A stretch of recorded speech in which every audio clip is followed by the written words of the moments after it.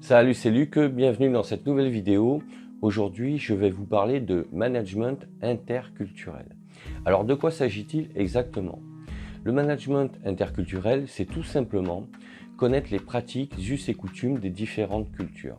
Alors, pour une raison simple, c'est que l'objectif, c'est d'éviter les quiproquos et les incompréhensions, que ce soit dans le cadre d'un voyage personnel ou d'un voyage professionnel.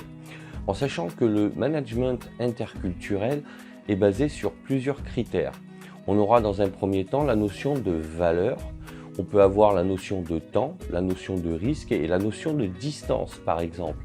Concernant les valeurs, vous avez certains pays qui sont beaucoup plus sensibles à la notion d'orgueil, d'autres ça va être l'autorité, d'autres ça va être l'honneur et certains pays vont être plutôt basés sur des valeurs liées au contrat.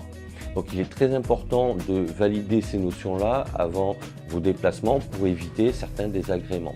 Ensuite, vous aurez la notion de temps qui fait référence forcément au délai. Alors, que ce soit là aussi à titre personnel, si vous devez prendre des transports, ce qu'il faut savoir, c'est que dans certains pays, les horaires, par exemple de train ou de bus, ne seront pas du tout fiables. Quand je parle de fiable, je l'entends au sens de ce que l'on peut avoir ici dans nos pays comme la France ou l'Europe. Donc autant le savoir avant de partir, ça vous permettra de vous organiser et de prévoir des modes de transport beaucoup plus fiables et liés à vos attentes.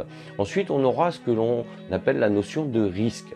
Certains pays ont une approche vis-à-vis du risque qui est beaucoup plus élevée et d'autres pays ont une approche qui est beaucoup plus faible que la nôtre.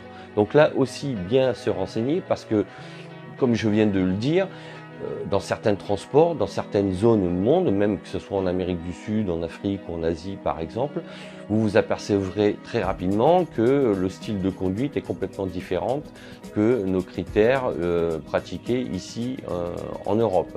Donc là aussi, se renseigner, que ce soit dans le cadre personnel ou professionnel, en sachant qu'à titre professionnel, en général, ces pays aujourd'hui ont plus d'habitude et j'allais dire, ils sont beaucoup plus aptes, si vous voulez, à s'adapter et à proposer des services qui correspondent à nos standards, nous, ici. Mais voilà, autant le savoir pour le prévoir et éviter certaines déconvenues et certaines frayeurs surtout. Ensuite, vous aurez ce que l'on appelle la notion de distance.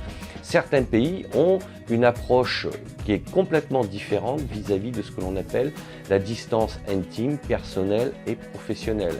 C'est-à-dire que la distance personnelle, si je prends celle-ci en exemple, elle sera complètement différente selon le pays et la zone dans le monde. Donc si vous n'avez pas cette connaissance-là, vous allez vous rendre dans ces pays-là et vous risquez, sans le savoir forcément, d'être soit trop près, soit trop loin pour communiquer avec une personne. Et à partir de là, la personne ne va plus communiquer avec vous. Pourquoi? Parce qu'elle va se sentir mal à l'aise. Donc, autant prendre en compte ces éléments-là, les appréhender et donc en prendre connaissance tout simplement avant de partir en voyage, là aussi à titre personnel ou professionnel. En sachant qu'il y a différentes zones dans le monde, comme je l'ai dit, l'Asie, l'Afrique, l'Amérique du Nord, l'Europe, l'Amérique du Sud, le Moyen-Orient, l'Inde, qui semblerait faire partie de l'Asie, mais qui est quand même un pays avec des pratiques qui lui sont propres. Et vous avez aussi, par exemple, les pays slaves. Donc vous voyez des cultures qui sont complètement différentes, avec des approches, des us et coutumes et des pratiques qui sont très différentes les unes des autres. Donc voilà ce que je voulais vous dire sur le management interculturel. De toute façon, je vous mets le lien de l'article sous la vidéo.